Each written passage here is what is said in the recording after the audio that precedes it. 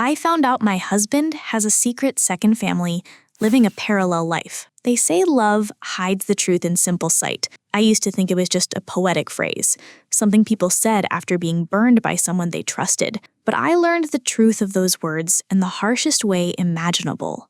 My husband, my partner of 6 years, the man I laughed and cried with, had an entire second family. A second wife, 2 children, a parallel life that existed just far enough from mine to remain hidden. And when I discovered it, I was carrying his child. Before I met Ethan, I was fiercely independent.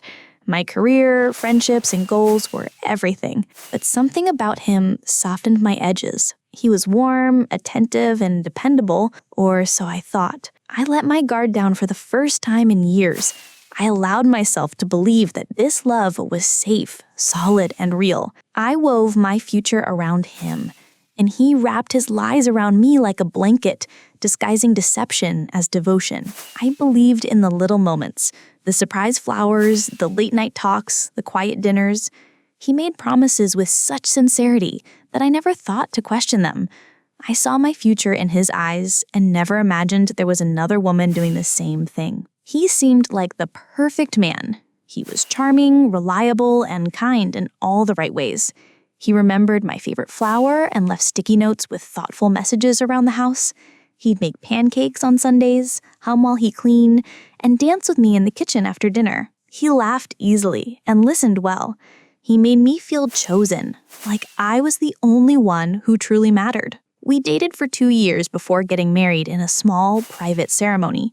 He said he didn't like big crowds and preferred something intimate and meaningful. I thought it was romantic. Now I know the truth. He didn't want too many eyes on us.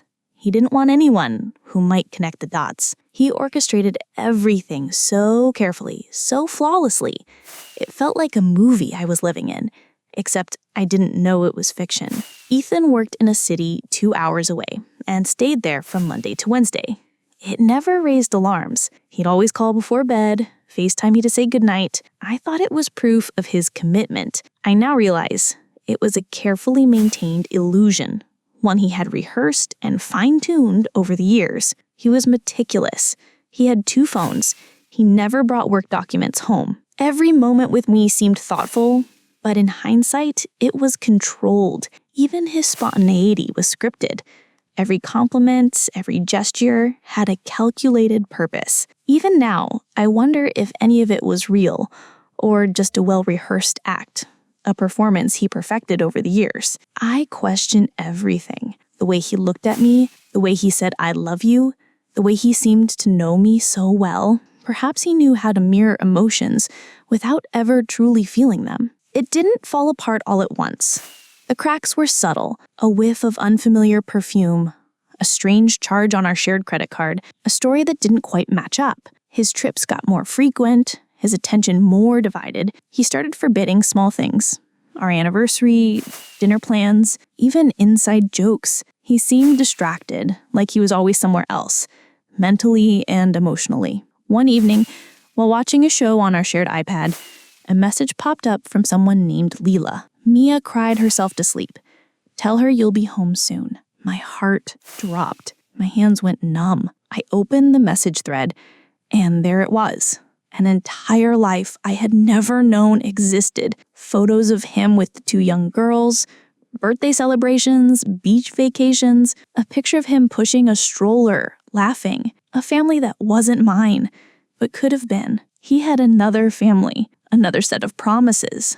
Another woman who believed she was the only one, and 2 innocent children caught in the middle of his lies. That night, I barely slept. I reread every message, every photo. I felt like I had been living in a dream. And suddenly someone flipped on the lights. I cried until I couldn't breathe. The betrayal pierced deeper than I thought possible. I didn't confront him right away. I needed to know who Leela was.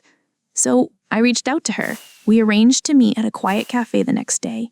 She walked in with a toddler on her hip and a little girl holding her hand. Leela looked as stunned as I felt. We sat down, and through tears and shock, we compared stories, dates, weekends, phone calls, holidays. It became painfully clear that we were both his wives, both deceived, both robbed of years we would never get back. We were living in opposite halves of the same lie. We didn't just share a man, we shared pain, disbelief, and shattered trust. We shared our pain. There was an odd sense of comfort in finding someone else who knew the depth of betrayal I felt. We were strangers, but we understood each other perfectly. The pain was immense, but so was the strange solidarity. In Leela, I found someone who could cry with me without explanation. We began piecing together his timeline like detectives. Photos, receipts, text timestamps, every discovery hurt, but it also gave us clarity. It helped us reclaim a sense of truth that had been stolen. We decided to confront him together. I invited him home. Leela arrived a few minutes after he did. The moment he walked in and saw us both standing there, his face drained of color. He stammered, tried to explain, but the truth spilled out faster than his lies. He admitted it all. He said he loved us both, that he hadn't planned it, that it just happened, and that he didn't know how to undo it. He begged for forgiveness that would never come. He'd been living this lie for 8 years. 8 years of juggling families, stories, and secrets. 8 years of playing father and husband to 2 separate lives. And he never once considered the wreckage he would leave behind. We didn't yell, we didn't scream, we just told him to leave, and he did. The silence after he left was deafening. I felt like a character in someone else's nightmare. I didn't know who I was without the life we built, or pretended to build. The emptiness wasn't just physical. It lived in my chest, a cavern hollowed by betrayal. The next day, he came to collect his things. I boxed them all up, took down our wedding photos, threw away the gifts he gave me. I called my family.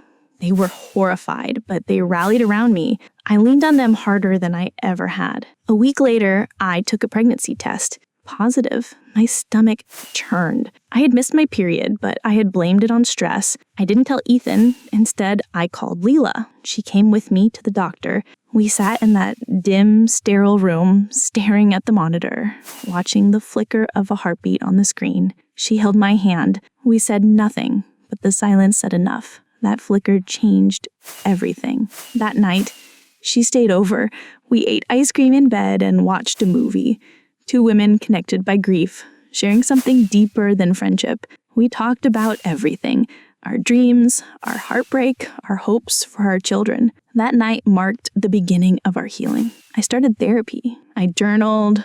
I moved furniture around. I bought paint and redid the nursery. Every change I made felt like reclaiming my life. I filled the space he left with colors, books, and laughter. I rediscovered parts of myself I had lost. I reconnected with old friends. I took weekend trips alone. I learned to love solitude again. Healing came in waves, but it came. And with each wave, I found a bit more of myself. It wasn't easy. Some nights I cried myself to sleep.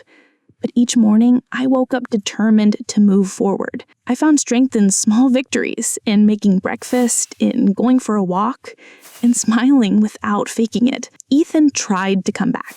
He wrote letters, sent emails, said he wanted to be there for the baby, said he was sorry, but his words held no weight anymore. But I had made my choice. Leo was born on a rainy Thursday. He had a full head of dark hair and his father's crooked smile. I held him in my arms and whispered promises I intended to keep. Promises about honesty, love, and a better life. He would grow up with truth, not illusions. He would grow up strong because his mother's chose honesty over illusion and healing over bitterness, because we refused to be defined by the lies of someone else. If you've ever discovered betrayal this deep, know this. You are not foolish. You are not weak. You are not naive. You are strong for surviving, for continuing, for healing. Sometimes your story doesn't end with heartbreak. It begins there. And from the ashes, something new can rise. Something fierce. Something whole. Thank you for listening.